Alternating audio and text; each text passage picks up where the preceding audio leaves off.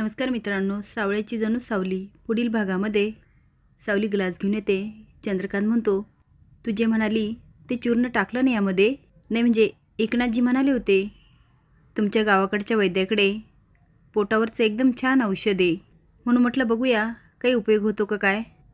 तिलोत्तमा येते आणि बघत उभा राहते. चंद्रकांत म्हणतो, असं काय बघते तिलोत्तमा? अगं गावाकडच्या वैद्याकडे खूप चांगली औषधं असतात, ती असेल ना, माझी काही हरकत नाही.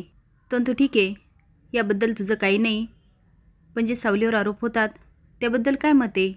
तिलोत्तमा म्हणते, आरोप? अहो त्याला आरोप नाही म्हणत. एखाद्याला एखादी कला अवगत असणं त्याला त्याचा गुण मानला जातो, हा आरोप नसतो. खरं तर तिच्या बाबतीत काहीतरी चांगलं घडत होतं. चंद्रकांत म्हणतो, तुला काय वाटतं, खरंच सावलीला गाणं येत असेल? म्हणजे त्या जालिंदर निंबाळकरला अशी काय शंका आली? मला काही कळत नाही. तिलोत्तमा म्हणते, खरं तर मला पण कळत नाही. तुम्ही चक्क मला विचारताय? म्हणजे पहिल्यांदाच असं घडतंय, तिची बाजू न घेता तुम्ही मला काहीतरी विचारताय. आता दोघं पण हसतात. ती असो, मला कायम असं वाटत आलं ही मुलगी बांडगुळे, दुसऱ्याच्या जीवावर जगायला तिला आवडतं. माझ्या लेकाला बळकावलंय तिनं, आणि आता ज्या ताराच्या आवाजावर जगते तिच्या आवाजावर हक्क सांगायचा प्रयत्न करते ही मुलगी. चंद्रकांत म्हणतो, पण भैरवीला कशाची भीती वाटत असेल? ती अहो असं काय करताय? भैरवी कलाकार आहे, वजे घराण्याचा वारसा ती चालवते. पण काही केल्या चंद्रकांतला काय पटत नाही. सारंग मात्र खूप सैरवेर असतो.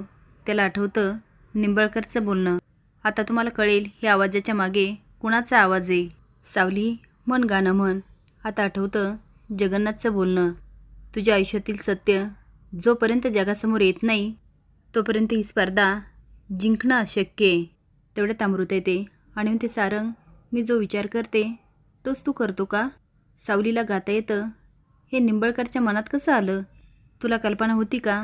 सारंग म्हणतो, हे सगळं माझ्या कल्पनेच्या पलीकडे आहे. ती म्हणते, हे सगळं चित्र कोण स्पष्ट करेल? तो सावली. अमृता म्हणते, तू बोल तिच्याशी, ती खोटं नाही बोलणार. ती जायला लागते. तो वहिनी, दादा आला का? ती म्हणते, नाही, पण कामामुळे होतो त्यांना उशीर. अमृता निघून जाते. तो सावलीशी बोलायला हवं. इकडे भैरवीची खूप तगमग चालू असते. तिला आठवतं जगन्नाथचं बोलणं, सावली गाणं गात नसेल पण आपल्याकडे तारा आहेच की. आता आठवतं ती निंबाळकरला म्हणते, पदर पसरते मी तुमच्यापुढे, माझ्या पोरीचं करिअर मला भीक म्हणून द्या. तेवढ्या तारा येते आणि म्हणते, मम्मा हे घे पाणी. ती जायला लागते.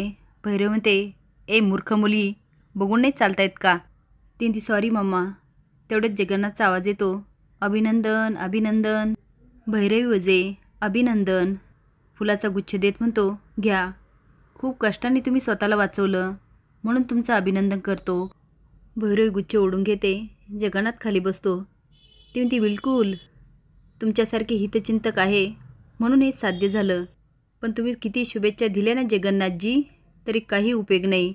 कारण तुमची लेक, लाडकी लेक शेवटी माझ्याच बाजूने. तिला बरोबर माहिती आहे तिच्या भैरवी माईला काय हवं आहे. जगन्नाथ अलकाकडे बघतो आणि दोघंही हसतात. भैरवी म्हणते, तिने बरोबर अचूक असंच केलं. पोरगी अजून उपकार विसरलेली नाही आहे आणि मी तिला ते कधी विसरूही देणार नाही. एवढं करून तुमच्या मनासारखं काही झालंच नाही, त्यामुळे तुम्ही कुठल्या तरी कोपऱ्यात जा आणि दुखवटा पाळा. जगन्नाथ म्हणतो, कॉन्सेप्ट होऊ नये म्हणून प्रयत्न केलेच ना, आणि काय केलं? शेवटी जालिंदरसमोर गुडघे टेकलेस ना. काय गं, कारण देवाचं तुझ्यावर बारीक लक्ष आहे. आता भैरवी खूप काही बोलते आणि हसून म्हणते, तुझ्या मनासारखं कुठं झालं रे? जगन्नाथ म्हणतो, त्याचं दुःख आहेच. काय गाल का? पण ते दुःख ना आपण वेगळ्या पद्धतीने साजरं करायला हवं. ती वेगळी पद्धत बघायची. अलका एक पेपर देते, त्यामध्ये तारा फायनलला पोचलेली असते.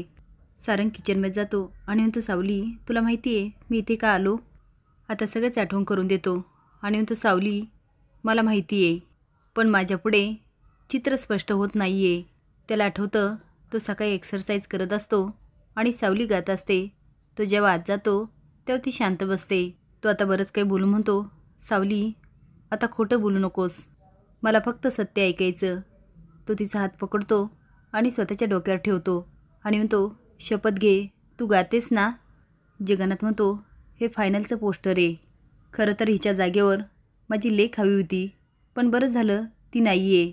आता ह्याचं मी जे काय करणार आहे ना, 1 मिनटं करूनच दाखवतो. तो लायटर काढतो आणि पेटायला लागतो. भैरवी ओढायचा प्रयत्न करते, पण तो काही देत नाही आणि पोस्टर जातो आणि म्हणतो, काय भैरवी वजे, चपराक बसली ना? आता तुझा आवाजच निघणार नाही. सांगत होतो ना, ह्या जगन्नाथच्या नादी लागू नकोस. जगन्नाथच्या काठीला आवाज नसतो, पण वार होतो. वार असा होतो ना, अर्र. भैरवीला खूप राग येतो. ती म्हणते, जगन्नाथ मी सोडणार नाही तुला. जगन्नाथ म्हणतो, सोडू पण नको. जगन्नाथ सोडण्यासारखी चीजच नाही आहे. अलका निघायचं का? तुलाही 2 शब्द बोलायचे. अलका म्हणते, निघणारच आहे. आपण गेल्यानंतर इथलं वातावरण किती भयंकर होणार आहे हे ठाऊक आहे. भैरवजे, यापुढे आमच्याशी 2 शब्द जरी बोलायचं असेल ना, तर विचार कर. ते आता बरंच काही बोलू म्हणते, तुझा हा खोटा अहंकार आता जळून खाक होणार आहे. भैरवी काहीच बोलत नाही. ते गेल्यानंतर सगळाच गोंधळ घालते. सावली म्हणते, सारंग सर हे काय करताय? अहो एवढ्याशा गोष्टीसाठी तुमची शपथ.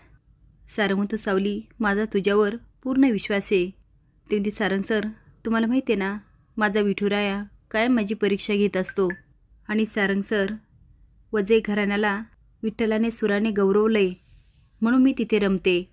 अखेर सोज्वळ सावली पुन्हा सारंगशी खोटं बोलते. तुम्हाला काय वाटतं, हे योग्य आहे की अयोग्य? हे कमेंट बॉक्समध्ये नक्की सांगा. नवीन अपडेट जाण्यासाठी लाईक आणि सबस्क्राईब करा. धन्यवाद.